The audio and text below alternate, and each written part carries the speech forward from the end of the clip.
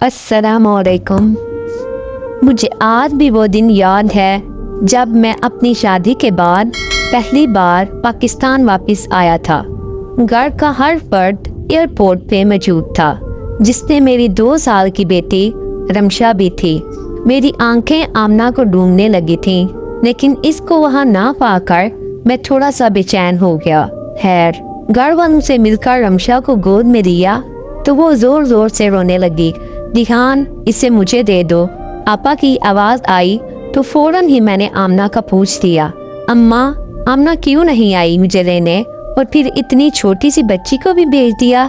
दिहान, तुम परेशान मत हो, वो तुम्हारे लिए खाना बना रही है। वो कौन सा रोज रोज काम करती है। आज सब लोग तुम्हें मिलने आए हैं तो इसलिए खाना बना रही है। आपा की बात सुनकर खामोश हो गया। एयरपोर्ट से घर तक कोई 1 घंटे का सफर था।